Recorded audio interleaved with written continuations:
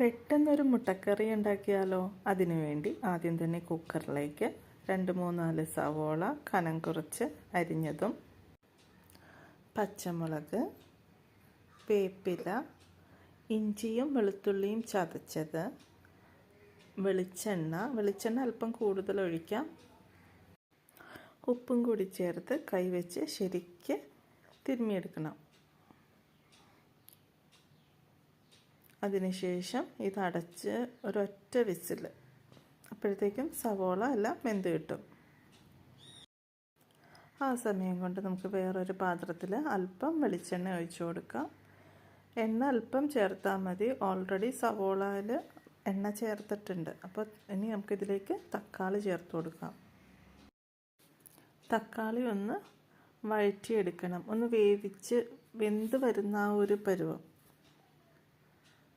എന്നിട്ട് നമുക്കിതിലേക്ക് മസാല ചേർത്ത് കൊടുക്കാം. ഒരു 1/2 ടീസ്പൂൺ മഞ്ഞൾപ്പൊടി, 1/2 ടേബിൾ സ്പൂൺ മല്ലിപ്പൊടി, 1/4 ടീസ്പൂൺ മുളക് പൊടി, ചിക്കൻ മസാല 1 ടീസ്പൂൺ.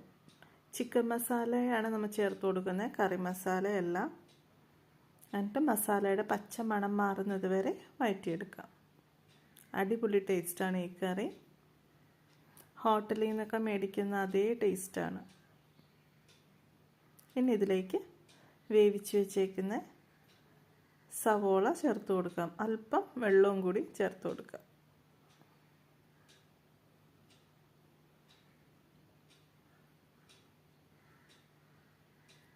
നമുക്ക് പെട്ടെന്ന് അങ്ങനെ റെഡിയാക്കി എടുക്കാൻ പറ്റുന്നൊരു മുട്ടക്കറിയാണ്. ഇനി ഗ്രേവി ഒന്ന് തിളച്ച് വരുമ്പോൾ നമുക്ക് മുട്ട ചേർത്ത് കൊടുക്കാം.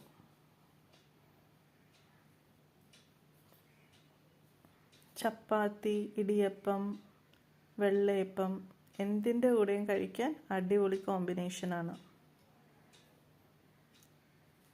2 മിനിറ്റ് കഴിയുമ്പോൾ ഇതിലേക്ക് മല്ലിയിലയും കൂടി ചേർത്ത് നമുക്ക് മൂടി വയ്ക്കാം.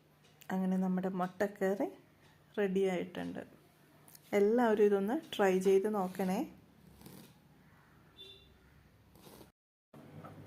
ഇഷ്ടപ്പെട്ട് കഴിഞ്ഞാൽ ലൈക്ക് ചെയ്യാനും ഷെയർ ചെയ്യാനും സബ്സ്ക്രൈബ് ചെയ്യാനും മറക്കല്ലേ കേട്ടോ.